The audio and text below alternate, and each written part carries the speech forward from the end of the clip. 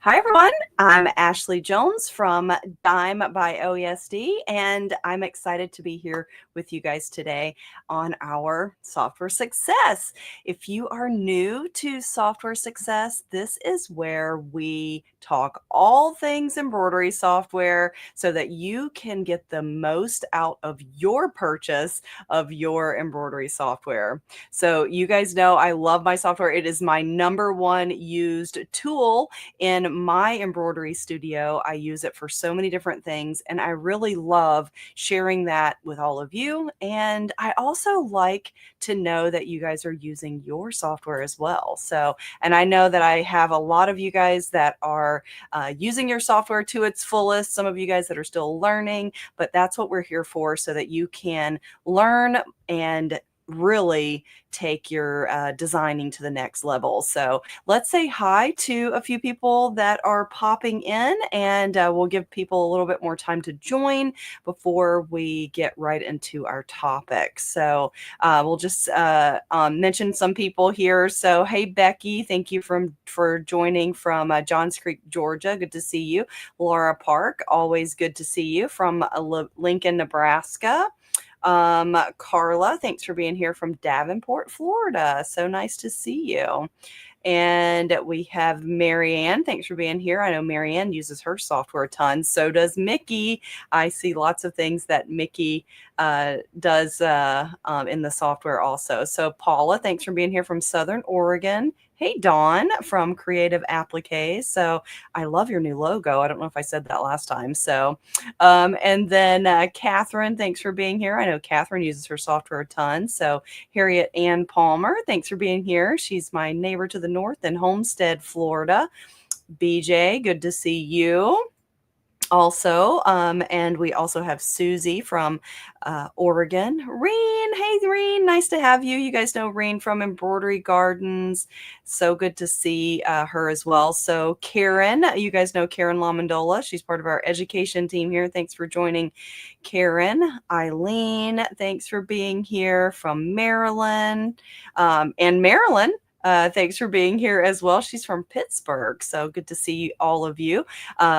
Callie, thanks for being here as well. I know that you are using your software a ton. So, okay, so I think we have a good group joined. And if not, they can certainly watch the replay. All of you can watch the replay of this event. So let's talk about our topic that we're going to be sharing today. So this was a viewer request. So we have a list of requests that I had posted a survey on our Facebook user group asking for any request for things that you guys want to learn. And I had more than I expected ask about stitching or creating designs for cards. And I just turned this into paper embellishments because really you could embellish other paper items, not just cards if you wanted. So we're just talking about stitching on paper in general. So I'm going to talk about creating designs, but I'm also going to talk about other ways that you can embellish. It doesn't all have to be embroidery, but you certainly can use other types of crafts to embellish your paper as well. And then I don't normally, this is a program all about embroidery software. I don't normally talk about the stitching and the stabilizer, but I know this is a very unique topic. And so I'll talk about that as well, just so all of you guys know. And if there's anybody out there that's brand new to stitching on paper, so I'll talk about that as well. So let's get started and talk about different ways that you can embellish a paper, or it might be like a gift bag, a gift card, or a tag for a gift, and also greeting cards. So there's several different ways, and I have said this numerous times to all of you guys. I am the way that I do things certainly may be different than someone else. This is the way that I like to do and choose my designs for paper, but there are many ways to do all of our embroidery and crafting out there. So certainly it's not the only way, but this is my favorite method for doing it. But here are some different ways that I have embellished paper. So first, you can stitch on fabric and then apply that to the card. And if you do stitch on fabric and apply it to a card, you can use a variety of different types of designs because you're not really limited to the just what you can put on paper. So when you're stitching on the fabric, you're going to choose the stabilizer based on the fabric that you're stitching on, and you can pretty much stitch any design that you want on the fabric, and then you would adhere that to the card by either an applique method, so maybe it is your sewing machine stitching the fabric on. You create an embroidery applique to apply the fabric, or you could even use like a fusible web to apply your design that you've stitched on fabric. Okay, so you don't have to stitch right on the paper. The other way that you can embellish paper is to stitch something freestanding and then apply it to your paper card or gift bag. So we've done this before with freestanding lace, and also freestanding applique, which is kind of a patch, but some maybe an more intricate design, but also patches. So you would create this design and then apply it to the paper. If you're freestanding lace, you might apply that with like a brad, or you may apply that with a double-sided adhesive of some sort, or a fusible web. And a patch, we have a material that we put on the back of our patch that makes it fusible, that works on paper. So you can fuse your patches directly onto the card. So it's another way to embellish paper as well. Another type of embellishment might be to stitch directly on the cardstock. Now, if you stitch directly on the cardstock, paper is fragile. It doesn't hold up to our stitching like our fabric does, or some of our fabric anyway.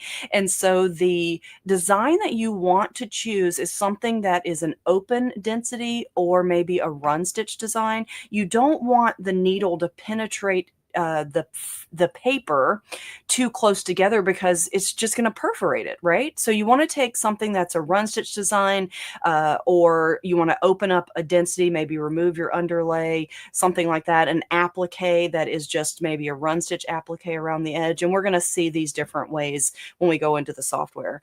Also, you can embellish paper without even taking a stitch, right? So you probably have some of these supplies in your studio already because we talk about them here at Dime and at OESD. So we use HTV, or heat transfer vinyl, with some of our embroidery designs. So HTV, or heat transfer vinyl, is a product that has a heat activated backing that you probably have seen people cut out shapes and apply it to a garment. So like it might be a saying or something that you apply to a shirt, and you just apply heat, and it'll bond to the shirt. So you can also use those types of products on paper. They do bond to paper. And also rhinestones with a heat activated backing. We have those here at Dime because we use that in conjunction with our software program called Cut and Stitch, because it'll make rhinestone templates, and you can apply that to paper as well. And I have an example that I'm going to show you with that. So, but all of these methods would work great when you are embellishing paper, whether it be a gift tag, a card, a greeting card, or either maybe it's a gift bag, or something else that you maybe want to do for paper. So I know a lot of people like to do the little designs on toilet paper to give that as a gift. So this would apply also to toilet paper as well. Okay, so let's talk about some of these examples that I've made, and then we're going to go over into the software. So, okay, so under my camera here, I have some examples, and I tend to like pink. I guess it matches my hoop mat here. And so I've got some different examples here that are cards, but also a paper gift bag that I've used different techniques for. Okay, so this one here, I used a plaid fill from our Special FX, and also a mylar fill from the Special FX embroidery software. I'm going to try to lighten up my screen here for the it looks a little dark to me, so I'm just going to lighten that up. Oh, I think that looks better. And you can kind of see the shimmer here in my stars because I actually put mylar down underneath my stars there. So, and mylar is like an opalescent film that we stitch over top of. And then the plaid is a really open stitch. The little snowflakes there, those are just run stitches.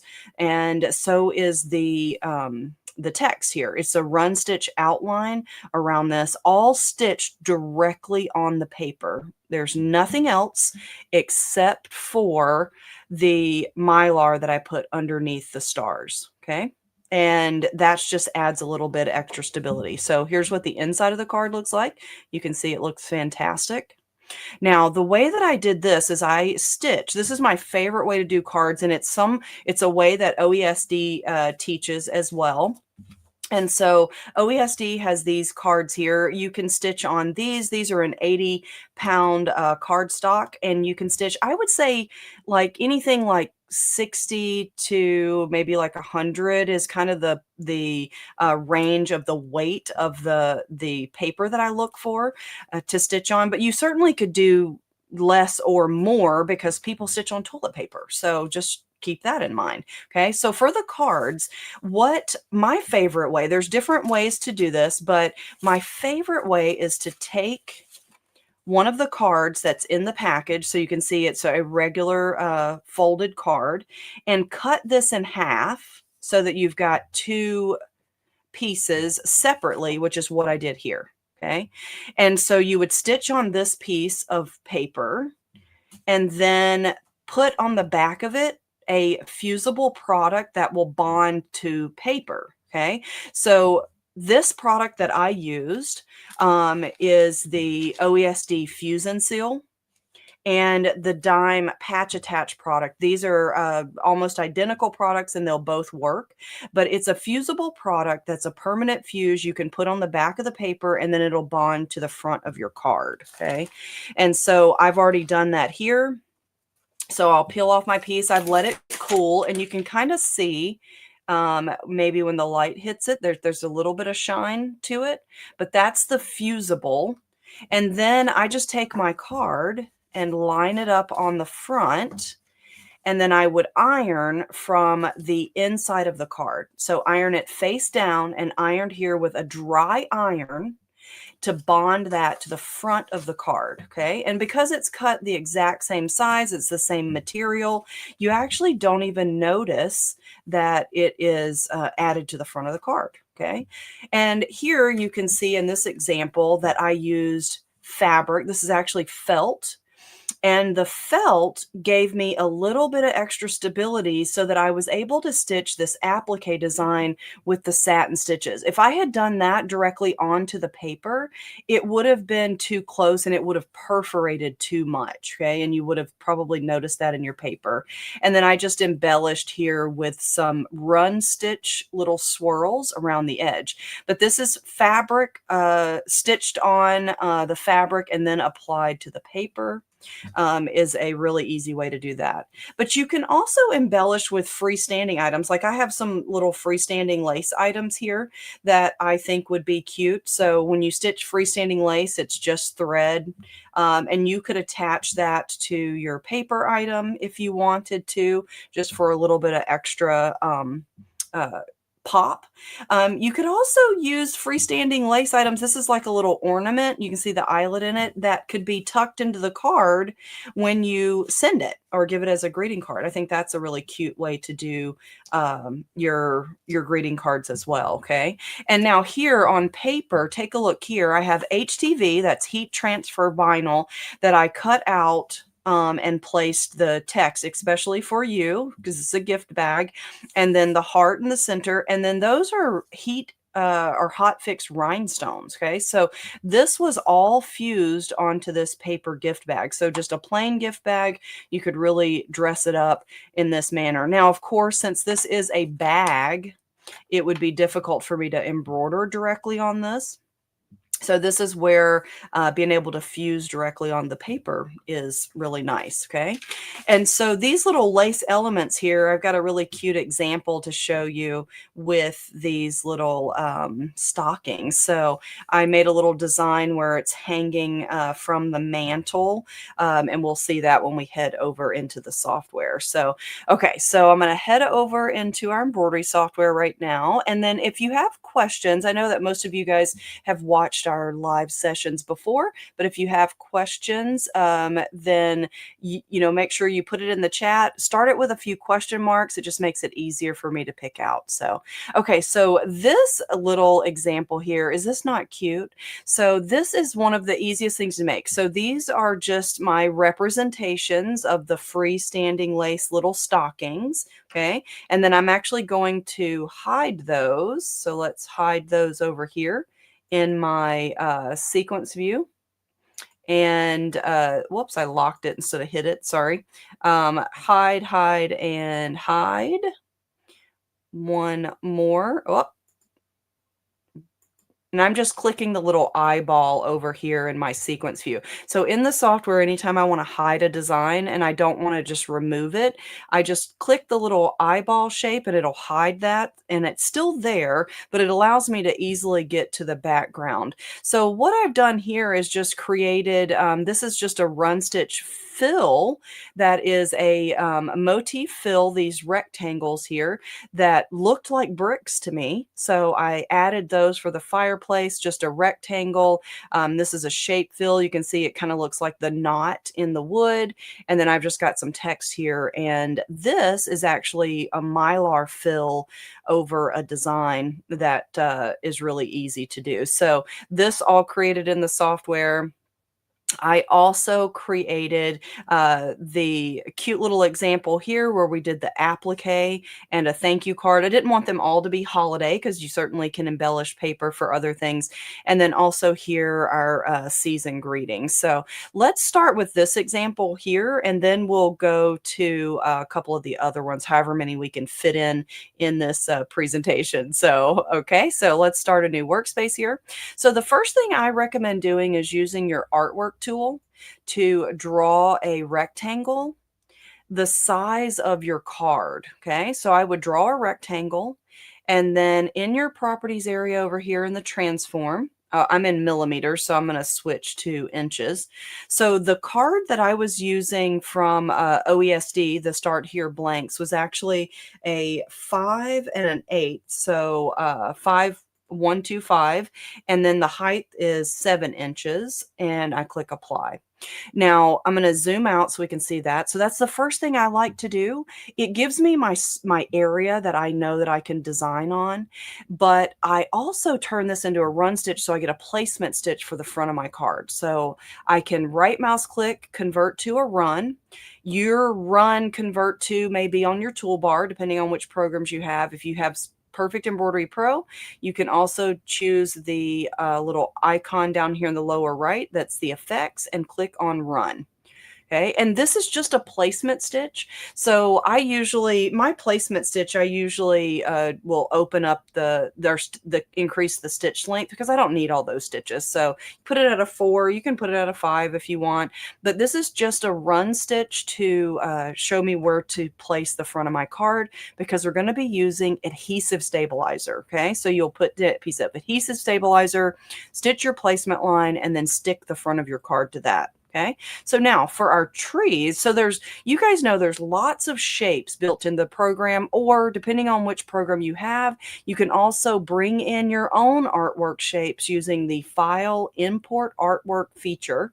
But I always like to dig through what's in the software because there's lots of options. So here under my text options, I've got all these applique shapes that I can go and choose from. And the little tree shape, I think I got from Cut and Stitch. But look, there's a little snowflake, a sled. All of these shapes would be great for embellishing a card. They're open.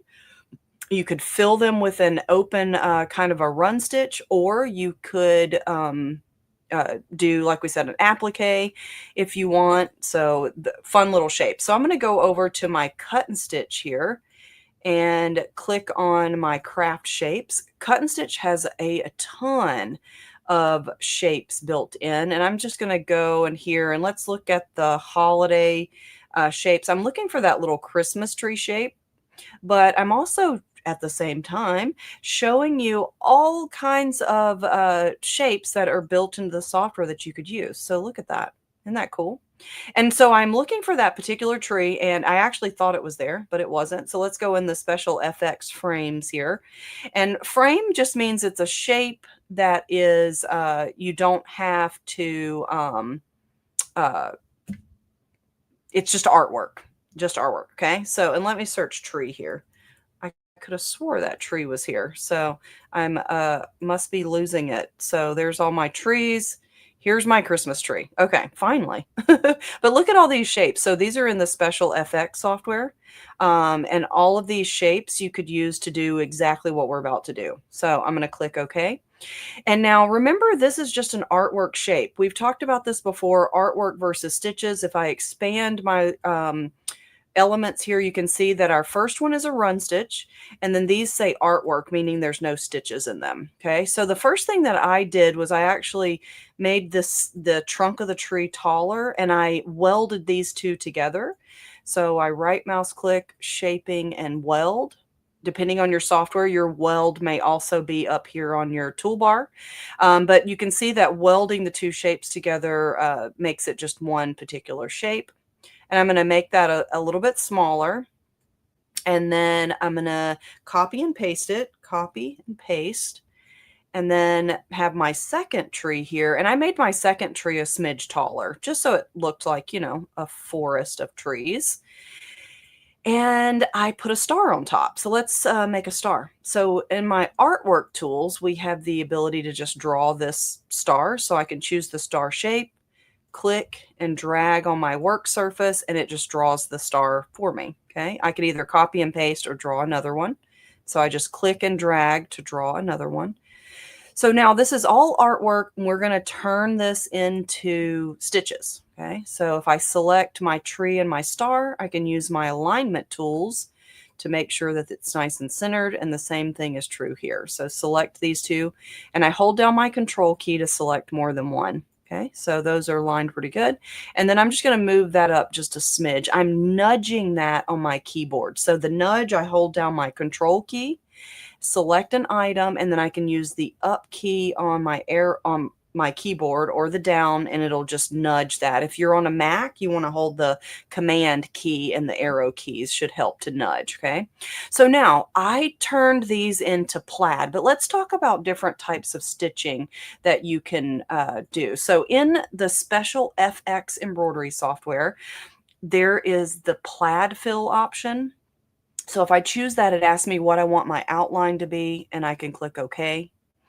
And plaid is a good option, but I did take one additional step. I changed the direction. I really love the diagonal plaid the best, but I increased the density number to a 1.3, I think is what I did, because then you can see how my stitches are not as close together. These are run stitches that are going to zigzag to make the plaid fill, but I still don't want them to be really close together because they're going to perforate the paper if we do. Okay, and so that is one option. And then for the star here, I use the Mylar fill. So if I click on Special FX again, I just click on the Mylar fill, and it does it for me, but yet I want it to be yellow like a star. And so there I created my run stitch in plaid tree. And then I'm going to select just the tree and make everything green so that the outline and the plaid is green. So that's a really good example for a card design or paper design. And I can stitch this right on the paper. If I zoom in, this looks like it's filled in, but look at these stitches. They are not a 100% fill stitch, and I actually put Mylar under them because then it's going to add a little bit additional stability to my card. Okay, so whenever I can add any other material that's going to be stitching in between my design and the paper, it's going to add more stability. So the Mylar is really taking the stitches, and it's not just the paper in this sense. Okay, now you can do other types of designs, not just the plaid. Okay, so I really love the wave stitch in PEP. So if I click on my properties and click the wave stitch, we actually use this stitch in a different episode, and I'll show you that coming up here in just a bit. So this particular stitch, if we zoom in, you can see it's very similar to Mylar. It's rows of run stitches, but they're not touching and you're not getting a complete fill stitch. And I think that density is probably fine, but if you increase this number, it'll push your stitches a little further away, like you see there. Now, these open areas right here are because the design is going to do a run and it's not going to stop stitching. So it runs up here and crosses over and back down so that it doesn't stop and do a tie off. And that's actually desirable for paper. You don't want to have like a ton of tie offs and trims, because every time that happens, it increases the chances that something may happen to your pull on your paper or cause an issue.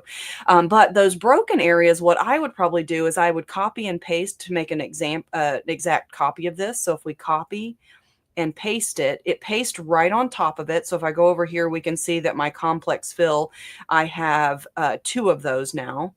And so this one, I'm going to turn into a run stitch by clicking run or right mouse click, convert to run.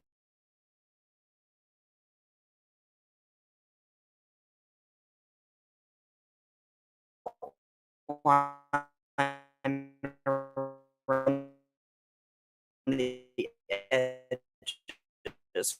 Okay, so I'm going to undo. I just showed you that as I separated.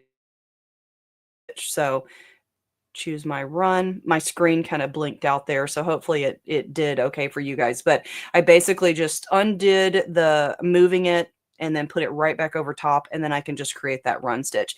And now this example here, we could make that plaid. We could make it this run stitch fill.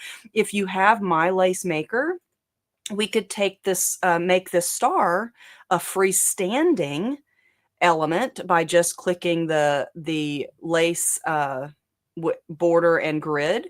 And then we could actually stitch this in a separate hooping and attach it to the card separately, like we said with our little designs that are freestanding, like our little stockings, our snowflakes, things like that. Okay, so that's all things that you could do to embellish paper in this one example. Now let's put some text. Okay, so now depending on your program, the text that is built in, you may actually have a run stitch design. So for this example here, I did seasons, greetings,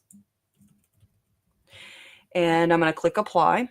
Now in Word Art and Stitches and also in Perfect Embroidery Pro, there's lots of font options and you actually have some run stitch options. So if I click here and I look at all my text, this Arial run is a really good one. This is a center run. This is an outline. This is another run stitch that you could use. So if you look for your particular font options that are run stitches, then those are really good text to stitch right on paper. Okay. The Color Play font is a good one. Also, it's a run stitch that fills in the center, but I'm just going to leave this one. I think that's a good example, but look at what my outline of my card also did for me. It lets me know that my season greetings here is actually going to stitch too large for the front of my card. Okay, so I'm going to make that smaller or either move it up. I could move my trees up just a smidge, but I think I'll make my text a little bit smaller. So I'm just going to resize that smaller, and then I can move that up to make sure it's going to stitch on the front of my card. So, okay. So these are 2 different options. I did plaid for both, but you certainly could do different options all for your different trees. But you're looking for designs that have open density or run stitch. So an applique here would also be a good one. So let's delete this and just leave our run stitch. So if I convert this to an applique over here in my properties, or your applique may be up here on your toolbar. But now this is a satin stitch edge. So I don't want to stitch that on paper.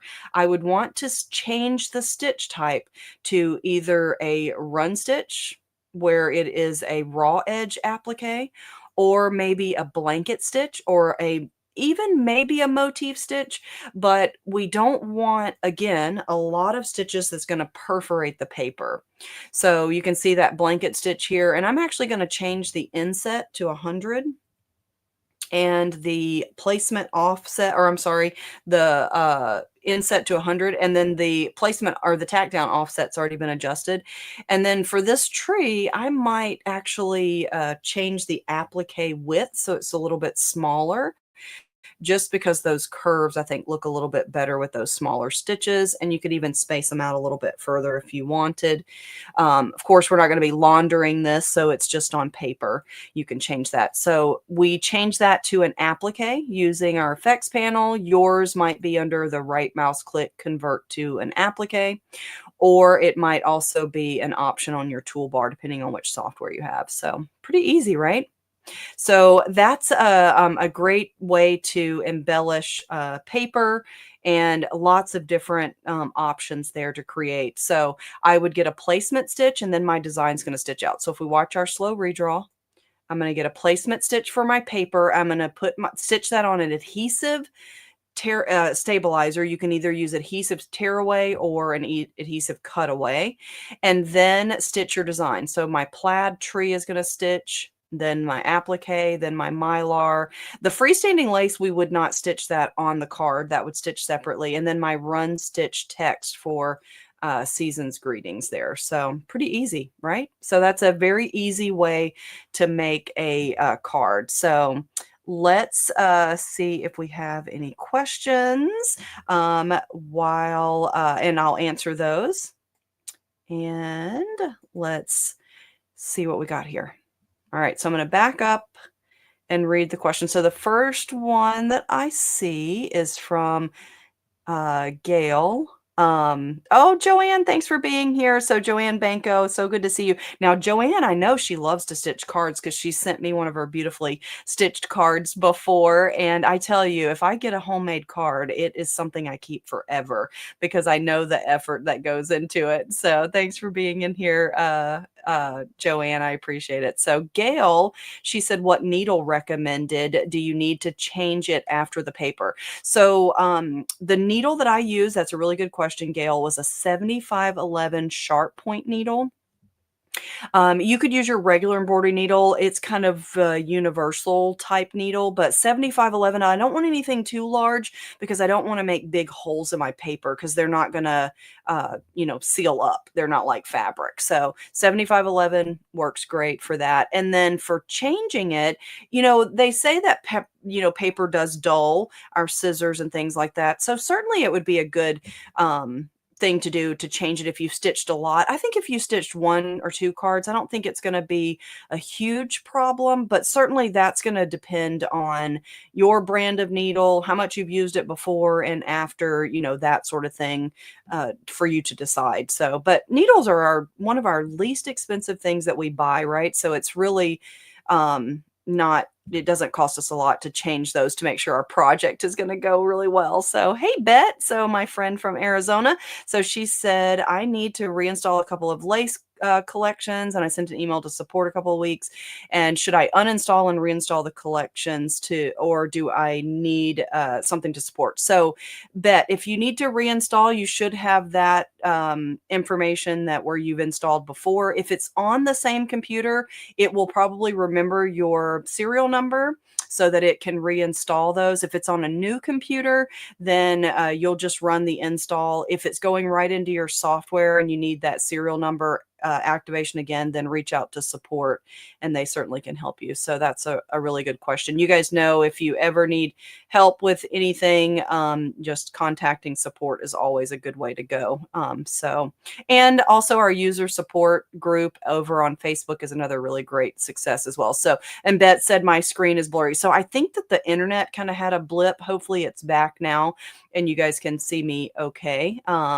And so Marianne says, would the Mylar stitch be the right density for use without the Mylar? Yes, it would. That's a really great point. So yes, if you did the Mylar fill stitch, you could stitch right on paper and not put the Mylar under there, because it's really just run stitches really close together. So yeah, that's a great question, Marianne. So I know she's using our software. And let's see what other questions we got here. So Joanne says, can you show me how to add the cut file for the applique, Ashley? So yes, I absolutely can. That's a great question. She said, I like to use the felt on the applique. I agree with you. So I love something about felt with the cards. And to winter, I think of felt with the winter, and so certainly I can show you. That's a good point on the cut the pre-cut file for your applique. And Fuse Me, Laura says, yes, Fuse Me, do you apply it before or after you embroider the design? So the fusible product to fuse the card to the front, I apply that after. So I'll show that under the camera again, and it's clear, so it's hard to see, but it does go over the back of the embroidery because I really want it to bond.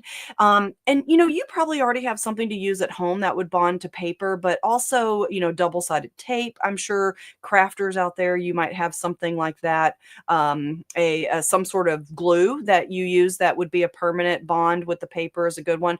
But if you're talking about, Laura, the front of the card, then I'm going to apply that after I do the embroidery. And so let me add my camera back here, and we'll see that. So if you look at the back of this card, I'm going to bring it up. You can kind of see that shiny.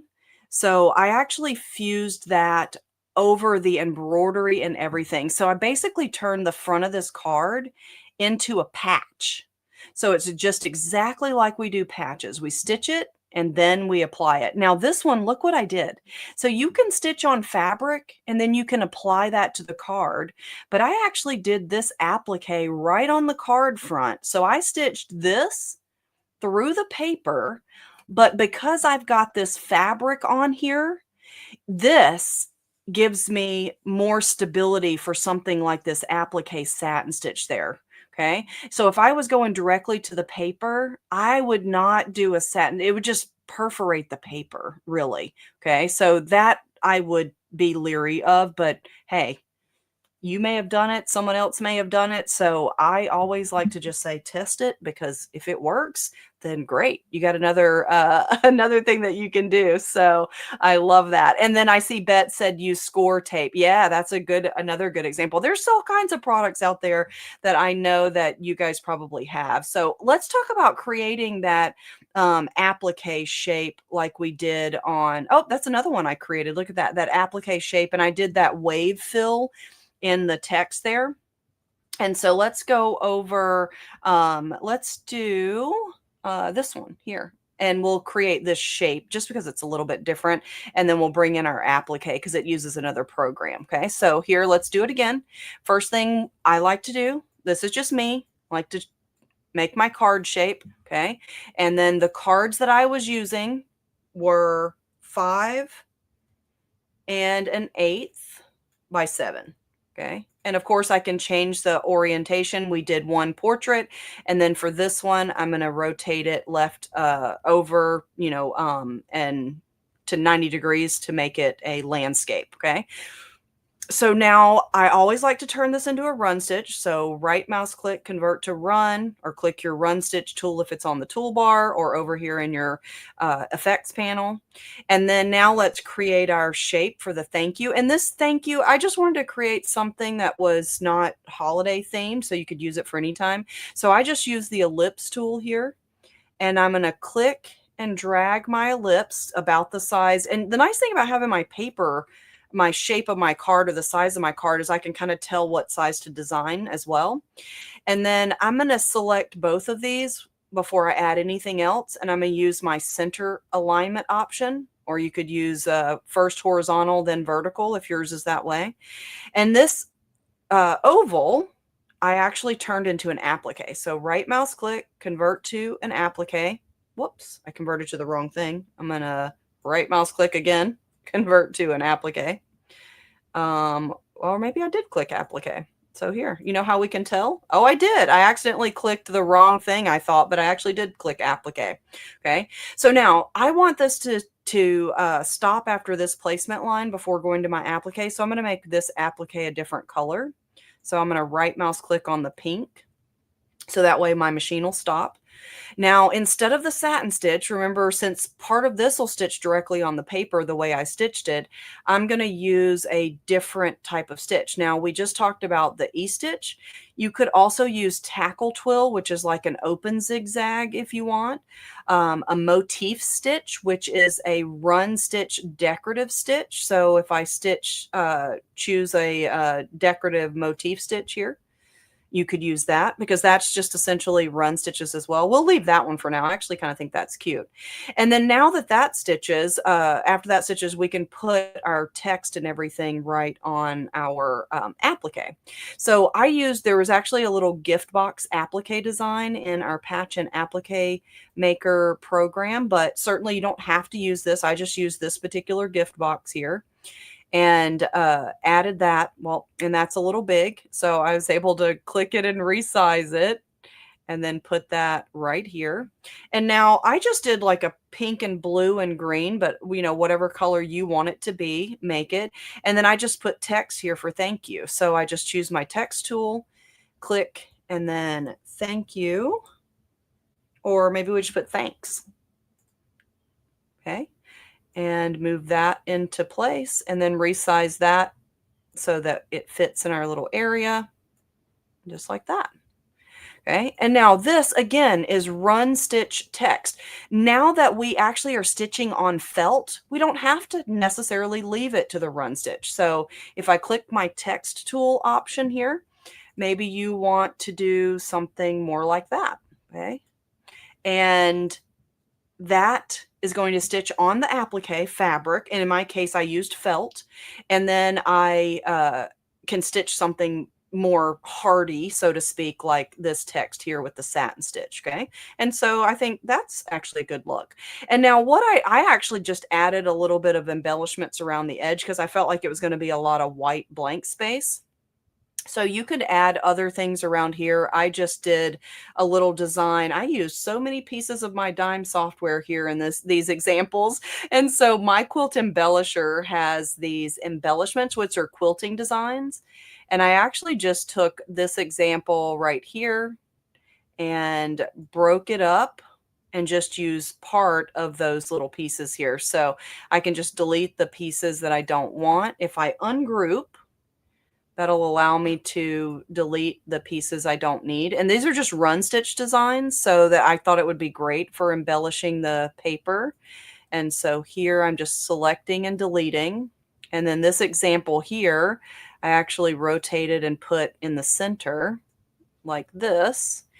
And then this example here, I'm going to group it together so I don't lose it. And I put this in each of the corners. So, and then I can copy, paste. So copy, paste, mirror image, and I can move this over here to this side. And then I can select all three of these and maybe align them top so that they're even. And now I would copy and paste this piece here. So copy, paste, so copy, paste, and then mirror image so I can move that down. And then use your alignment tools to align that. But I just wanted something a little bit extra. It looked like it was going to be a lot of blank space here. Now, Joanne asked about the cut file. So if you create an applique, whether it is like an applique that's a satin stitch, or in this case, we're going to applique the felt on. Dime has a cutter tool that's part of Patch and Applique Maker, which is designed to give you the cut file for the applique pieces. And so I'm going to hold down my control key and select the ellipse and the package. And actually, let me ungroup my package here, ungroup, so that I can select just this. And these two pieces right here are actually applique also, although I didn't put any fabric in mine, it doesn't look like, so I totally missed that. And so I've selected those three parts using my control key, and then I can use my applique cutter option. And when I click that, you can see that it's on three separate pages because they are 3 separate colors. So it's going to save me 3 cut files, and it's just doing the optimize orientation, but this is what it's going to look like here. That's the oval for my applique on the front. That's for my package, and this is for the 2 little pieces of the bow that is part applique. Now, I didn't do those pieces, so I just did applique for this part and this part here. And so now when I click save, I would choose the format for my digital cutter. And my digital cutter will take SVG. I also have a Brother Scan and Cut, so I could use my FCM. And when you select that format and you click save, it'll save that those 2 cut files for you to take to your digital cutter, so you can pre-cut your fabric if you want. So with both of those pieces there. So that was the patch and applique maker cutter option here. If you don't have the patch and applique maker software, you could also print a template. So if you isolate your cut stitch here, so if I choose my applique, I'm going to say break up path, so it'll separate my run stitch placement and tack down. So now if I just have this run stitch here, okay, I'm going to copy that, and I'm going to open up a new workspace, and I'm going to paste just that as my placement line. If I print a template, I don't need all the crosshairs. So under my settings, I can actually take the crosshairs and the color analysis off, the header, the footer, and click OK. It's going to give me just my shape. I could print this template, and that's an actual size template where I could pre-cut my applique so that I didn't have to do any trimming. So, and that be careful when you're trimming with your applique in the hoop. I did trim in the hoop, but you don't want to pull on your paper a lot. It just can be a little bit fragile. I'm going to do undo and put that back in place. So, and there's another example there. So, and I think we have time for one more example. And so I will go over and do that. Let me just see here if we have any questions.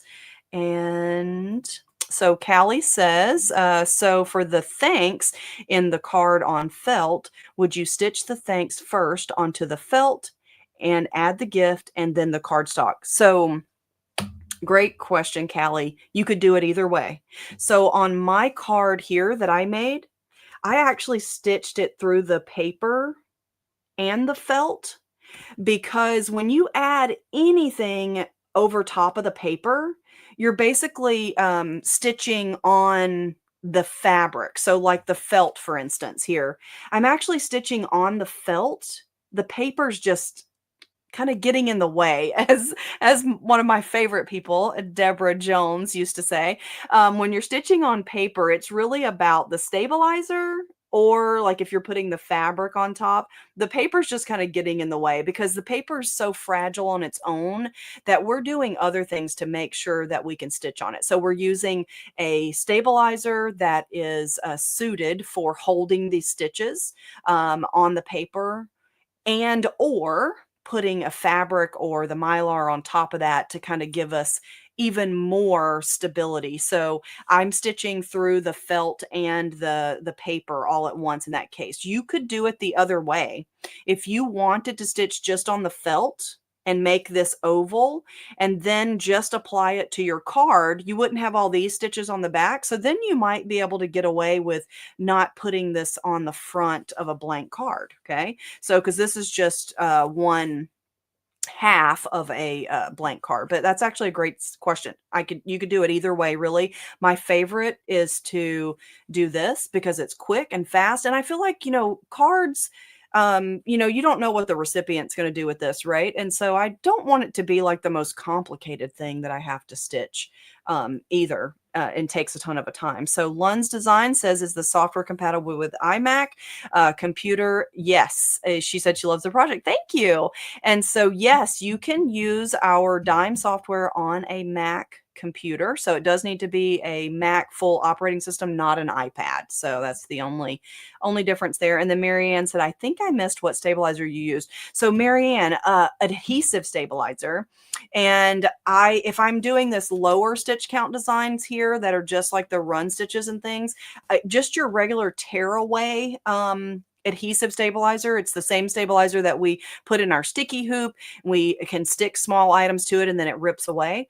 But I don't have it here in front of me, but OESD has a sticky cutaway that I actually tested on one of these. I think it was this one. No, it's this one that I did it on. And it was a sticky cutaway. And I used it on that and it worked great as well because the cutaway I felt like was a little thicker. So I just was testing it out. But really, I think an adhesive tearaway is really a great choice to use for your cards. So great question. And we talked about the needle. So then Terry says, doesn't cut and stitch create cut files? Cut and stitch creates cut files also for artwork files. It doesn't separate out the file for an applique necessarily, but you can create it from an artwork file on cut and stitch. So yeah, good point, Terry. Would you interface the fabric? I didn't interface the felt. I did interface, this is just quilting cotton in the gift. That's just quilting cotton. And I did not interface it, but I used a fusible web. I love putting a fusible web on my applique. It just keeps it looking so nice.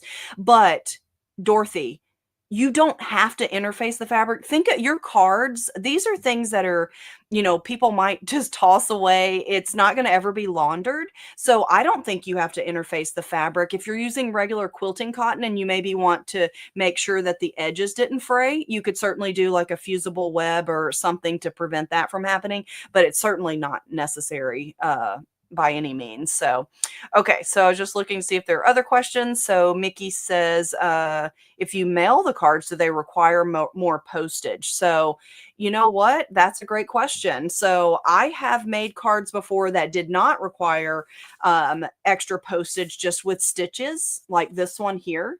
This one, I think I could get away with this one without extra postage as well. But if you had a lot of fabric, or if you're adding like freestanding elements to it, it might get up there in weight. So that's something you definitely would have to check on. But this one for sure, I have mailed without any extra postage. And this one, just by feeling the weight of it, I feel like I could get away with it. But I certainly think if it was any more, that you probably would need extra postage on that. So another great question. So check with your scale, weigh it and check that the weight on that. So I think that's a good question for sure. So, okay. So now let's head over and I'm going to show you another option here. So let's talk about this fireplace, because I just think it's so cute. And this is actually creating something from scratch. And this here is a cut out. This I didn't make this one, but I wasn't planning to actually stitch this text. I was just planning on doing it out of HTV. But this and this is really just a rectangle that I used fill, and this is a little fire that I got from Cut and Stitch. Okay, so let's do that. So I'm just going to copy and paste this so we don't have to see this again. Okay, so I always start with my rectangle, the right size, and I always like to make sure it's a run stitch to give me a placement mark. Okay, and then again, I like to increase this stitch length because there's just no need, it's just going to be cut away anyway. Okay, so you're going to stitch this on your adhesive stabilizer, then you're going to stick down your card front, and then we're going to start stitching our design. So the fireplace, to make that, I drew a rectangle for the mantle, and then I drew a rectangle for the fireplace. And then I drew another rectangle just like that. I mean, could that be any easier? Right? So let's make this one here a little bit smaller, so it looks like our mantle extends past. Okay.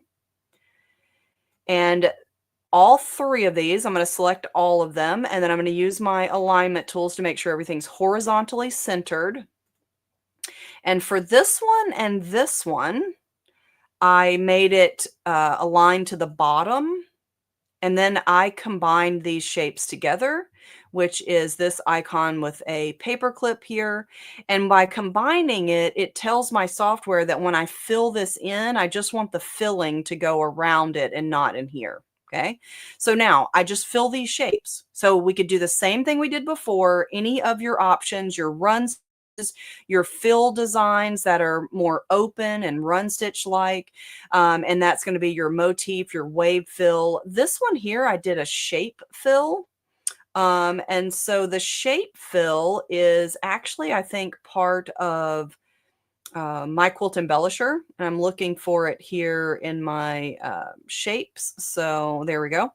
So I click the shape fill, and what shape fill does is it uses one of these shapes to make the, like in this case, the concentrics, the circles, and that's the one that I actually wound up using because I can use my shape tool and move that center point so that it just kind of looked like a knot in the wood. Okay. And then I turn that into a brown color for the mantle. And then I probably would make another run stitch. See how those edges are open?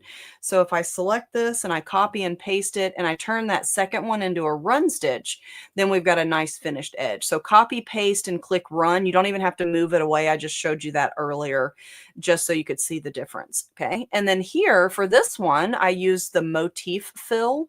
Okay. So motif fill is like a, think of it as like kind of a quilting stitch that we can really open up the density of.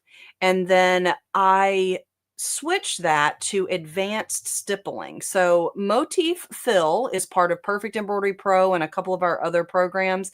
And you can see there's lots of different options here. And I played around with some of these, and some of them make a just a like a really cool look on the fireplace. But I found in the advanced stippling, which is part of my quilt embellisher, there was one, I think it is toward the bottom here, that was called rectangles or something. Maybe it's in this one. Yeah, so rectangles. And I click apply, and it kind of looks like bricks to me. I thought that was so cute. And I think I have it a little bit more open because I didn't want a ton of stitching. And then see this broken area right here? That's because it's trying to stitch all of this without stopping and tying off. Okay, so I'm going to just copy and paste. So copy, paste. So I pasted one right on top of it, but that second one, I just click to turn it into a run stitch. So all it is just the run stitch outline when you do that. So if I select just that and just slide it out of the way so that you can see it, it's just the run stitch outline. Okay, isn't that cute? And so then I made that black. And then for the fire, you could draw something with your artwork tool.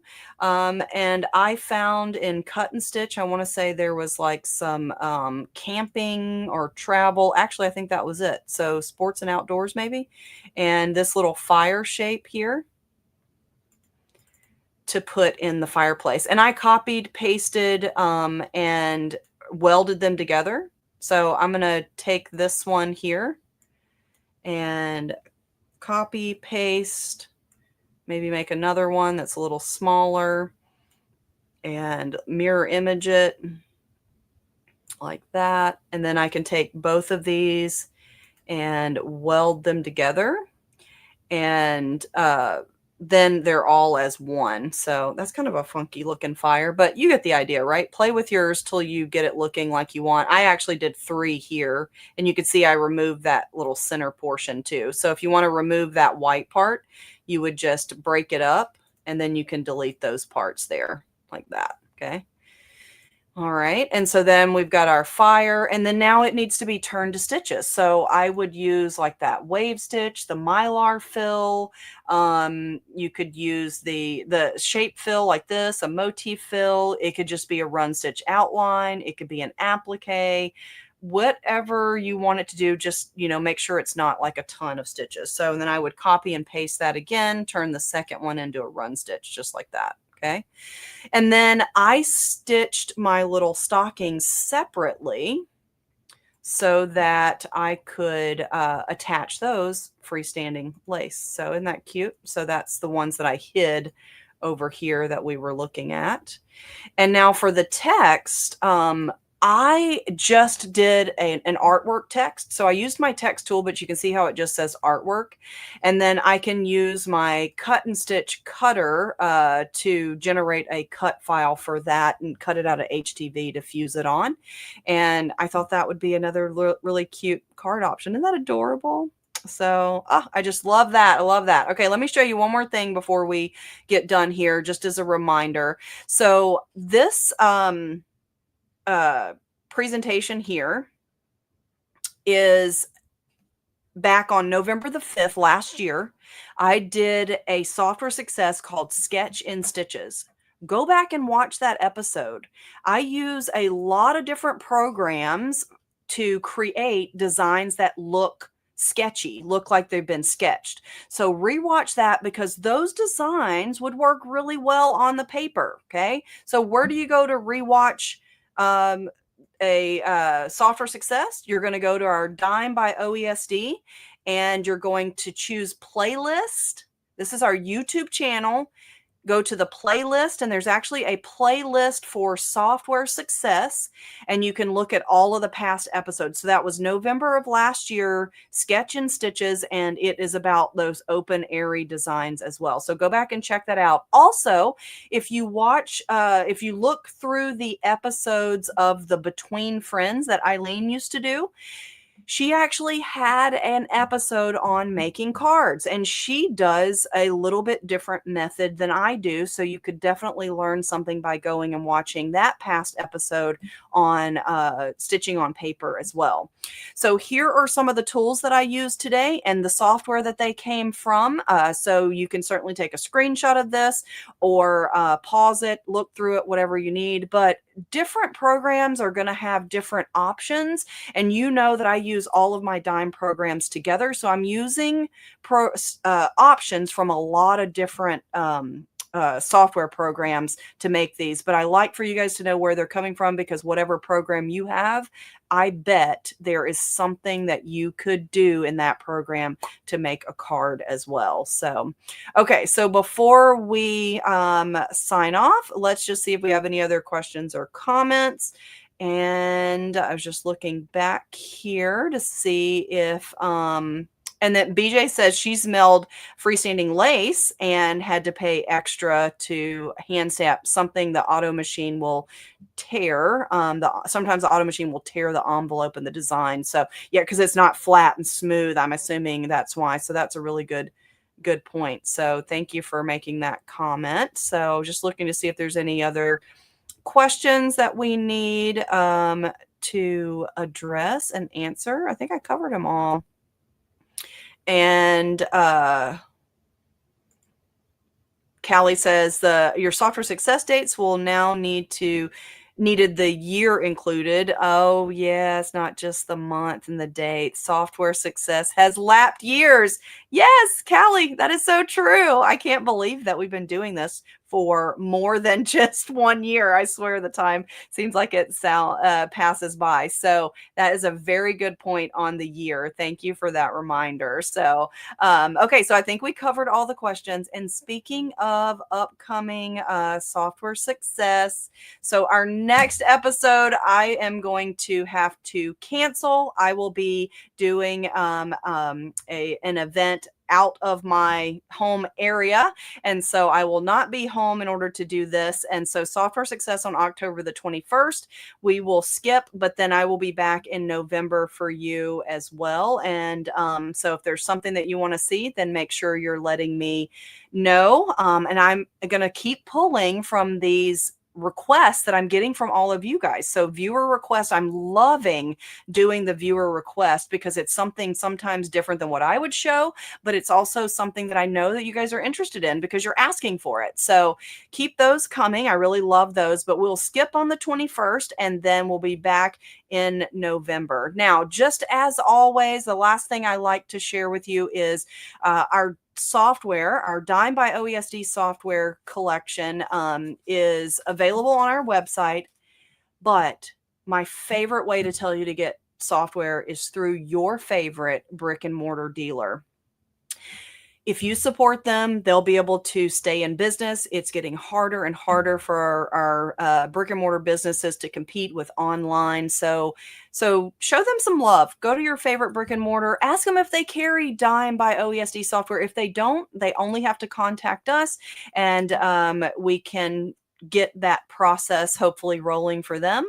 But support them. If you don't have a dealer near, I certainly understand, and you can check out the software on our page as well. So on our dzgns.com page, the software is there for you to check out. So, and you'll get all the help that we can offer you. We have great tech support. We also have the software success that I'm always here, as well as many other opportunities and more learning opportunities.